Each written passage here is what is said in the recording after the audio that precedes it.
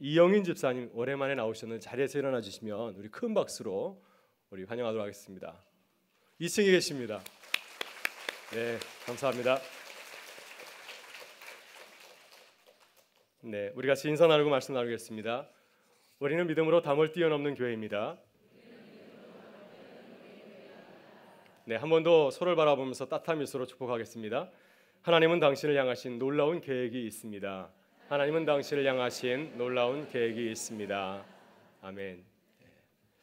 네, 오늘은 정교교 500주년 기념주일입니다. 우리 교회는 매년 10월 마지막 주일에 정교개혁 기념주일을 지키고 있습니다. 왜 그럴까요? 바로 500년 전 10월 31일, 1517년 10월 31일에 저 루터께서 비텐베르크 성당 정문에 당시 교회 면죄부를 비판하는 95개제의 반박문을 써서 붙였기 때문이었습니다. 이 작은 사건이 발단이 되어서 중세 가톨릭 교회를 개혁하는 정교개혁이 시작이 되었습니다.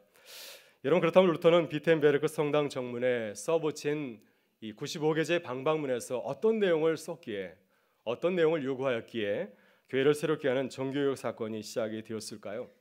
루터는 자신의 주장을 95개조 항목으로 잘 정리하여서 기록을 하였는데 그 핵심은 처음 두 조항에 잘 나타나 있습니다. 루터는 제1조에서 이렇게 주장을 하고 있습니다. 같이 한번 읽어보겠습니다. 우리들의 주님이시며 스승이신 예수 그리스도께서 참회하라고 말씀하셨을 때 신자들의 전 생애가 참회의 삶이 되기를 요청하신 것이다. 네, 예수님께서 회개하라 천국이 가까워졌느니라 성도에게 참회의 삶을 요구하셨다고 하는 것입니다. 루터는 제2조에서 이렇게 말하고 있습니다. 다시 한번 읽어보겠습니다. 이 참회라는 단어는 성내전적 참회, 즉 사제들의 주도하에 행해지는 고해와 보석으로 이해되어서는 안 된다. 네, 주님께서 말씀하신 참회가 천주교회의 고해 성사는 아니라고 하는 것입니다. 루터는 이렇게 1조와 2조에서 당시 가톨릭 교회의 성내전이었던 고해 성사의 문제점을 잘 지적하고 있습니다. 당시 교회는 신자들이 매주일 교회에 오게 되면 이제 사제들에게 가서 고해 성사를 하였습니다. 자신의 죄를 고백하면 사제는 죄 용서를 선언하였습니다. 그러면 신자들은 죄 씻음의 그러한 은혜를 누리게 되었습니다. 그래서 누구든지 교회에 가서 자신의 죄를 고백하면 또 사제들이 그것을 읽고 죄를 용서해 주면은 죄의 무서움으로부터, 죄의 굴레로부터 벗어날 수 있다고 믿었습니다. 왜냐하면 교회가 이렇게 주장했기 때문입니다. 죄를 사해주는 권한과 능력이 교황에게 위임되어 있다. 그래서 사제는 신자들의 죄를 용서해 줄 권한이 있다고 이렇게 믿었기 때문입니다. 이렇게 신자들의 죄는 고해 성사를 통하여서 사제들이 용서해 준다고 하는 잘못된 신앙이 가톨릭 교회를 병들게 하였고, 그리고 그 신앙을 변질하게 만들었습니다. 왜냐하면 당시 가톨릭 교회와 교황들은 이 고해 성사의 제도를 이용하여서 나쁜 짓을 하였기 때문이죠. 면죄부를 팔아서 자신의 부를 축축하는 그런 일을 벌였기 때문입니다. 루터는 제21조와 제27조에서 면죄부를 주장한 가톨릭 교회의 설교가들을 아주 강하게 비판하고 있습니다. 우리 21절 한번 같이 읽어보겠습니다. 교황의 면별부에 의해 인간은 모든 형벌로부터 사면되며 구원받을 수 있다고 선전하는 설교자들은 모두 오류에 빠져 있는 것이다. 27조는 이렇게 주장하고 있습니다. 같이 읽겠습니다. 면별부 설교가들이 연복의 안에 던진 돈이 딸랑 소리를 내자마자 영혼은 연옥에서 벗어난다고 말하는 것은 인간의 학설을 설교하는 것이다. 그래서 중세교회는 이렇게 믿고 있었습니다. 고해 성사를 통하여서 신자들의 죄는 사제들에 의해서 용서받고 구원받을 수 있다. 사제가 신자들의 죄를 용서할 수 있다고 하는 것입니다. 이 가톨릭 교회의 주장에 대해서 루터는 아니라고 말하였습니다. 누구든지 하나님 앞에 서서 자신의 죄를 진실하게 고백하고 뉘우치면은 면죄부를 사지 아니하여도 인간의 모든 형벌과 죄로부터 사함을 받을 수 있다고 주장하였습니다. 그래서 제36조 반박문에서 루터는 이렇게 선언하고 있습니다. 같이 읽어보겠습니다. 어떠한 그리스도인이고 진심으로 뉘우치고 참회하는 사람은 면별부 없어도 형벌과 죄의 완전한 사함을 받는다. 루터는 이 면죄부 또 면별부, 면죄부는 죄를 용서해 준다고 하는 것이고요, 면별부는 형벌로부터 이렇게 연옥의 형벌로부터 구해준다는 뜻을 담고 있습니다. 루터는 면죄부 또 면벌부 제도가 오히려 신자들의 신앙을 해롭게 한다고 생각하였습니다. 왜냐하면 누구든지 아무리 큰 죄를 지었다 할지라도 면죄부를 사게 되면은 모든 죄로부터 모든 욕망으로부터 자유함을 얻을 수 있기 때문입니다. 그렇기 때문에 어떠한 병폐가 생기겠습니까? 죄를 두려워하지 않습니다. 어떤 죄를 져도 문제가 없습니다. 면죄부를 삼으면 되기 때문이죠. 나아가서는 하나님을 두려워하지 않는 그런 결과를 초래하게 되었습니다. 그래서 루터는 이렇게 선언하고 있습니다. 교회의 참된 복음은 면죄부가 아니라 하나님의 영광과 거룩한 복음이라고 선언하였습니다. 그래서 루터는 면죄부를 빙자하여서 가난한 신자들의 헌금으로 성 베드로 성당을 건축하려고 하였던 가톨릭 교회와 교양을 향하여서 강력하게 개혁을 촉구하게 된 것이었습니다. 이렇게 34살의 젊은 루터가 외친 95개조의 방법문이 중세교회를 뒤흔드는 이 종교개혁의 시발점이 되었습니다. 여러분, 그런데 누가 이 루터에게 이러한 영향을 주었을까요? 누가 루터에게 교회가 참 잘못되었다, 우리의 신앙이 잘못되었다는 사실을 어떻게 깨닫게 하였겠습니까? 바로 그것은 사람이 아니라 바로 성경 말씀이었습니다. 20대의 젊은 루터는 수도원에 들어가서 자신의 죄의 문제 때문에 고뇌하였습니다. 아무리 수도를 하고 고행을 하여도 또 자신의 죄를 고해성사하여도 죄의 문제로부터 해결받을 수가 없었습니다. 너무 힘들고 어려워서 수도원에 들어가서 성경을 읽고 묵상하는 가운데서 하나님의 깊은 뜻을 깨닫게 되었습니다. 루터는 성경 한 구절에서 망치로 머리를 얻어맞는 것과 같은 큰 충격을 받았습니다. 바로 그 말씀이 로마서 1장 17절의 말씀입니다. 같이 한번 읽어보겠습니다. 복음에는 하나님의 의가 나타나서 믿음으로 믿음에 이르게 하나니 기록된 바 오직 의인은 믿음으로 말미암아 살리라 함과 같으니라. 아멘. 이 말씀이 루터의 영혼을 뒤흔들었습니다. 루터의 심장을 멈출 정도로 큰 충격을 가하였습니다. 이 말씀이 을 통하여서 교회를 새롭게 하는 복음의 역사가 일어났습니다. 여러분, 로마서 1장 17절의 말씀은 바울 사도가 로마 교회에 보낸 편지의 내용입니다. 여러분, 로마서는 바울 사도가 노년에 보낸 유언과 같은 말씀이죠. 바로 평생 이방인의 사도로서 말씀을 전하는 가운데서 복음이 무엇인가, 복음의 핵심을 깨닫게 되었습니다. 그래서 복음을 바로 이 로마서 마지막 유언과 같은 말씀에서 이렇게 분명하게 밝히고 있습니다. 오늘 우리는 종교개혁 500주년 기념주의를 맞이하였습니다. 이 시간 루터에게 종교개혁의 사명을 깨닫게 하였던, 믿음과 용기를 주었던 이 로마서의 말씀을 통하여서 이 시대에 우리에게 주신 하나님의 은혜를 깨닫기를 원합니다. 그래서 우리도 교회를 세우고 또 이 세상을 밝히는 하나님의 사람들과 교회가 되실 수 있기를 바랍니다. 여러분, 그렇다면 로마서 1장 16절과 17절 말씀에는 어떤 복음이 담겨 있을까요? 왜 이 말씀이 마틴 루터에게 큰 충격을 주었고 하나님의 놀라운 은혜를 깨닫게 하였겠습니까? 오늘 주님께서 이 말씀을 통하여서 우리에게 주시는 개혁의 말씀은 무엇이겠습니까? 우리가 세 가지 말씀을 같이 생각해 보고자 하는데, 첫째, 우리는 하나님의 구원의 능력을 믿고 복음을 부끄러워하지 말아야 됩니다. 본문 16절에서 사도 바울은 이렇게 증거하고 있습니다. 같이 읽어보겠습니다. 내가 복음을 부끄러워하지 아니하노니 이 복음은 모든 믿는 자에게 구원을 주시는 하나님의 능력이 됨이라. 먼저는 유대인에게요 그리고 헬라인에게로다. 아멘.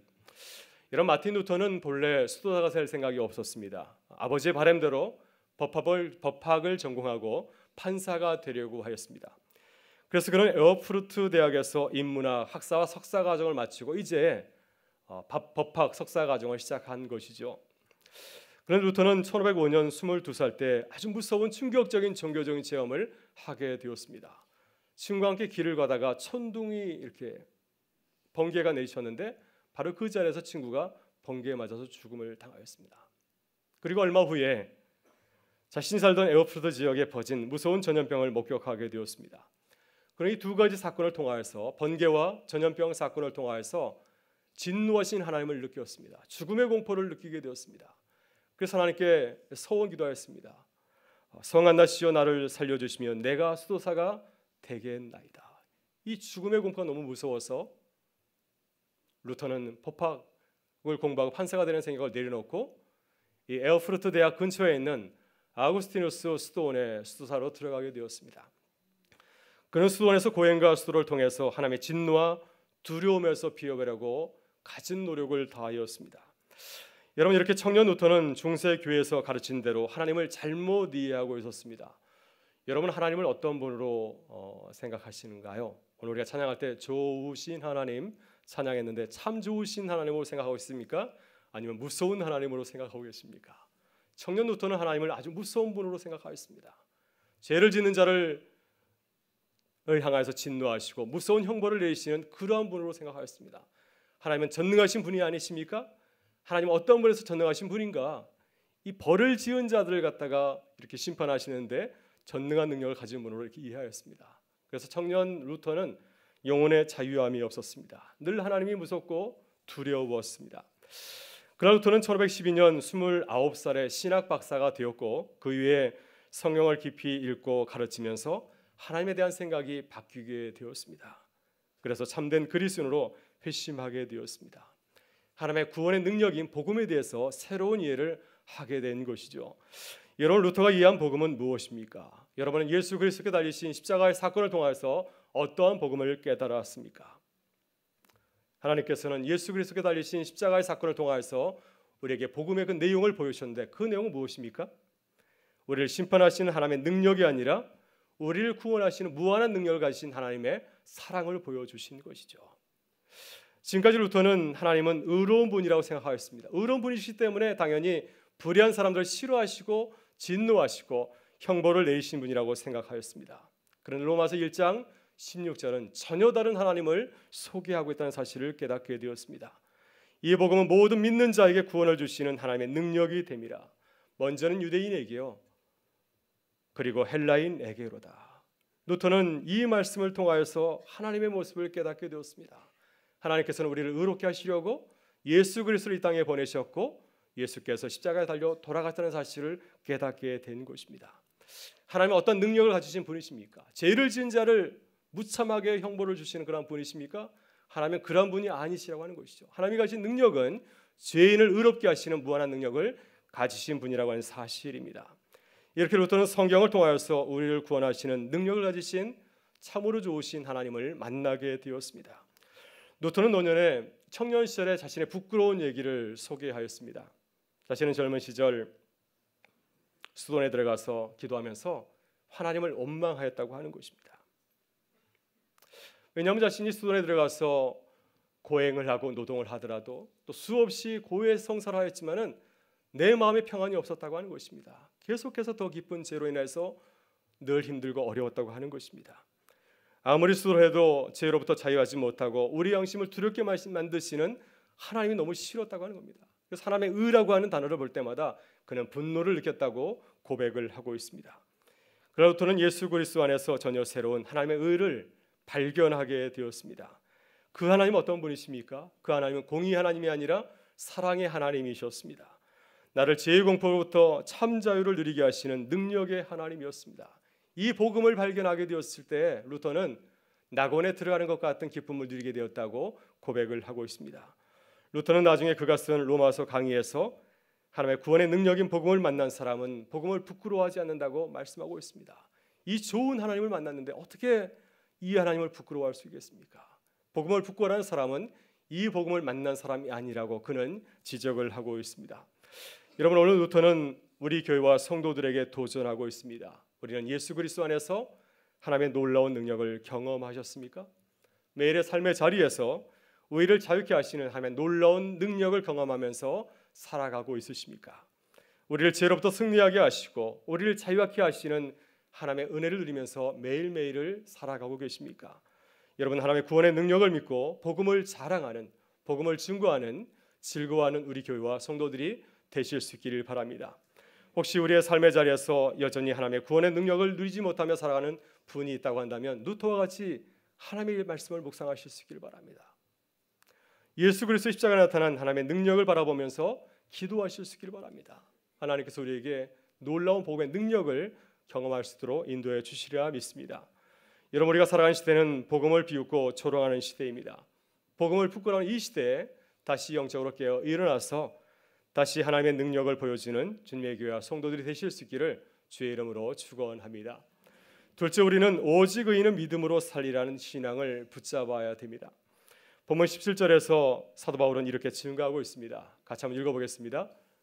복음에는 하나님의 의가 나타나서 믿음으로 믿음에 이르게 하나니 기록된 바 오직 의인은 믿음으로 말미암아 살리라 함과 같으니라. 아멘. 여러분, 이 말씀을 들을 때 어떠한 느낌을 받으셨습니까? 마틴 루터는 이 말씀을 읽을 때 마치 망치로 한 대 얻어맞는 것 같은 큰 충격을 받았다고 합니다. 혹시 여러분도 그러한 느낌을 받으셨나요? 네, 다들 그렇게 받으신 모양입니다. 정신이 없어 보이네요. 네, 루터는 지금까지 내가 붙들고 있던 세계관이 무너지는 것 같은 큰 충격을 받았습니다.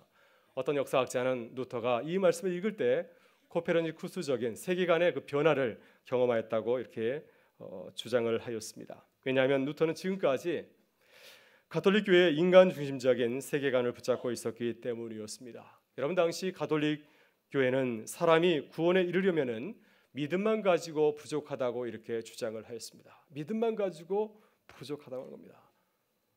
뭔가 다른 플러스가 필요하다고 하는 것이죠. 그래서 죽을 때까지 선행을 베풀어야 구원에 이를 수 있다 이렇게 주장을 하였습니다. 물론 선행은 어려운 사람들을 돕는 그러한 선행을 말하기도 하지만 거기에는 또 어떤 의미가 담겨 있냐면은 교회가 요구하는 것을 지켜야 되고 또 가톨릭 교회의 7가지 성례를 지켜야 구원의 온청을 누릴 수 있다고 주장하였습니다. 가톨릭 교회의 7가지 성례는 첫째는 세례이고요, 두 번째는 견진성사입니다. 이것은 우리에게 입교와 같은 것이죠. 유아 세례를 받은 분이 나중에 이제 세례를 확인하는 컨퍼메이션하는 것이 바로 이 견진성사이고요. 세 번째는 고해성사입니다. 죄를 지을 때마다 교회 와서 사죄기 고백하는 성사가 고해성사이고요. 성만찬, 그리고 혼인성사, 종부성사, 마지막 죽은 후에 이제 그 고인을 위해서 드리는 성사가 바로 이 종부성사입니다. 그리고 마지막으로 서품성사가 있습니다. 성지자가 이렇게 임직할 때 받는 이 성례가 바로 이 서품성사였는데, 이렇게 가톨릭 교회는 믿음과 함께 이 7가지 성례를 받아야 구원의 온청을 누릴 수 있다고 이렇게 주장을 하였습니다. 로마서 1장 17절은 가톨릭 교회 세계관을 완전히 부인하는 말씀을 선포하고 있습니다. 오직 의인은 믿음으로 말미암아 살리라. 예수 그리스도의 십자가의 사건에 나타난 복음은 어떻습니까? 하나님의 의인은 믿음에서 믿음에 이르게 한다고 선포하고 있습니다. 하나님의 의인은 선행에서 믿음으로 이르게 한다고 말씀하지 아니하고 믿음에서 믿음으로 이르게 한다고 선포를 하고 있습니다. 믿음 외에 다른 어떤 것도 구원의 도구가 될 수 없다고 하는 것입니다. 오직 믿음만이 우리를 구원에 이르게 할 수 있다라고 말하고 있습니다. 바로 이것이 루터가 로마서 1장 17절에서 발견한 하나님의 복음이었습니다. 여러분, 이 복음의 말씀을 붙잡지 못하면 어떤 일이 벌어질까요? 오직 믿음으로 이 말씀을 붙들지 못하면 어떤 일이 벌어지겠습니까? 사단이 역사합니다. 사단이 우리의 온전하지 못한 믿음을 이용하여서 우리로 하여금 죄로부터 자유하지 못하게 하고 심각한 죄 가운데로 떨어지는 것을 우리의 역사를 통해서 확인해 볼 수가 있습니다. 여러분, 중세 가톨릭 교회는 면죄부를 만들어서 팔았습니다. 믿음만 가지고는 구원에 이를 수 없기 때문에 면죄부를 사야 된다고 하는 것입니다. 이 면죄부를 사면 죄를 사할 수 있고 또 연옥의 형벌을 면할 수가 있는 것입니다. 만약에 여러분의 부모님이 죄를 지어서 연옥에 가서 지금 형벌을 받다고 있다고 생각하면은 이 면죄부를 사면, 면죄부를 사게 되면 여러분의 부모님은 연옥에서 천국으로 올라갈 수 있다고 하는 것이 바로 이 천주교의 이 가톨릭 교회의 주장이었습니다. 이렇게 오직 믿음으로 살리라, 이 신앙을 붙잡지 못하면은 어떻게 되겠습니까? 그 신앙이 온전히 서지 못하고 죄 문제를 해결하지 못하고 사단의 노래개로 전락될 수밖에 없습니다. 여러분, 청년 루터도 이 신앙이 없었기 때문에 수도원에서 고행의 수도를 거듭하였습니다. 아우구스티누스 수도원에서 그는 수도사로 엄격한 수행을 하였습니다. 구원에 들어가기 위해서 수행을 한 것이죠. 매일같이 이 수도원의 엄격한 규정을 있는 그대로 다 지켰습니다. 매일같이 노동을 하고 금식을 하고 기도를 다하였습니다. 어떨 때는 추운 겨울에도 담요 한 장 뒤집어 쓰고 벌벌 떨면서 금식을 하기도 하였습니다. 또 때로는 나에게 죄의 문제가 떠오르게 되면 시도 때도 없이 루터는 자신의 선임 사직에 가서 죄를 고백하곤 하였습니다. 매일같이 찾아오기 때문에 그 선임 사제가 루터에게 이렇게 말했다고 합니다. 제발 나가서 제대로 된 죄를 지은 다음에 나에게 찾아오라. 그런 쓰잘데없는 죄 가지고 오지 말고 죄다운 죄를 지은 다음에 나에게 찾아오라고 이렇게 짜증을 내었다고 합니다. 여러분, 이렇게 우리들이 온전한 신앙을 갖지 못하면 오직 믿음으로 살리라, 이 신앙을 갖지 못하면 우리의 신앙이 왜곡되고 다른 방법으로 타락될 수밖에 없습니다. 이것은 루터가 평생의 사역을 통해서 수도원에서 또 가톨릭 교회 사제로서 뼈저리게 느낀 사실이었습니다. 인간적인 방법으로 어떤 수를 써도 구원에 이를 수 없음을 철저하게 깨닫게 되었고, 하나님의 말씀을 통하여서 오직 믿음으로 구원에 이른다는 사실을 깨닫게 되었습니다. 그래서 그는 이 믿음을 갖게 되었을 때 평생을 통해서 자신을 짓누르던 죄의 문제로부터 자유함을 누리는 참된 신앙인으로 거듭나게 되었습니다. 여러분, 우리는 오직 믿음으로만 구원에 이르는 줄 믿습니다. 이것이 하나님께서 우리 모두에게 주신 은혜요, 또 놀라운 선물인 줄 믿습니다. 여러분, 우리는 루터가 깨달은 오직 믿음으로, 라틴어로 솔라 피데라고 하는데 오직 믿음으로 이 의미를 깊이 묵상해 보아야 됩니다. 여러분, 사도 바울이 로마서 1장 17절에서 우리에게 말씀하고 있는 믿음은 어떠한 믿음입니까? 우리는 때때로 이렇게 고백합니다. 믿습니다. 네, 우리가 힘주어서 믿습니다고 고백하는데 그 믿음의 실체는 무엇입니까? 주님께서 그 믿음을 통해서 우리에게 말씀하시는 그 믿음의 내용은 무엇입니까? 이 믿음은 하나님 앞에서 철저하게 인간적인 근거를 부인하는 신앙입니다. 하나님, 나는 아무것도 아닙니다. 하나님의 은혜가 아니면 나는 아무것도 아닙니다. 내가 하나님의 자녀가 된 것, 내가 하나님의 구원의 은혜를 누리게 된 것은 내가 잘해서가 아니라 하나님께서 내게 은혜를 주셨기 때문이죠. 나는 아무것도 아닙니다. 하나님만이 찬양받기에 합당하신 분이십니다. 이렇게 하나님 앞에서 철저하게 인간적인 모든 것을 배설물로 여기는 그 신앙이 바로 이 오직 믿음의 신앙입니다. 온전히 하나님만을 높이고 의지하고 신뢰하는 것, 바로 그것이 사도 바울이 우리에게 증거하고 있는 그 신앙의 내용입니다. 예수님께서는 우리에게 이 믿음을 보여주셨습니다. 십자가에서 죽기까지 복종하시면서 엘레리 라바 사박다니, 나의 하나님 어찌하여 나를 버리셨나이까? 마지막 순간에 주님은 이렇게 고백하였습니다. 아버지여, 나의 영혼을 받아주소서. 이렇게 기도하셨듯이 우리 모든 것을 주님 앞에 맡기고 의지하는 것, 바로 그것이 주님께서 우리에게 말씀하시는 신앙의 내용인 줄 믿습니다. 오늘 루터는 우리에게 묻고 있습니다. 우리 교회가 세상을 향하여서 자랑하는 믿음은 어떤 믿음입니까?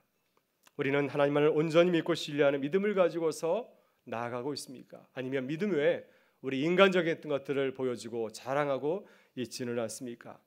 우리 교회가 오직 의인은 믿음으로 살리라, 이 신앙을 지킬 수 있기를 바랍니다. 하나님 앞에 겸손히 낮아져서 주님의 은혜만을 전하고 또 구하는 교회가 되실 수 있기를 바랍니다. 그래서 하나님의 구원의 능력을 보여주고 전하는 아름다운 교회가 될 수 있기를 주의 이름으로 축원합니다. 셋째, 우리는 이제 일어나서 오직 믿음으로 살아가야 됩니다. 우리 17절의 말씀을 다시 한번 읽어보겠습니다. 복음에는 하나님의 의가 나타나서 믿음으로 믿음에 이르게 하나니 기록된 바 오직 의인은 믿음으로 말미암아 살리라 함과 같으니라. 아멘. 여러분, 루터를 연구하는 많은 사학자들이 공통적으로 하는 이야기가 있습니다. 루터는 본래 종교개혁을 시작하려고 하지 않았다고 하는 것입니다. 우연히 시작하게 되었습니다.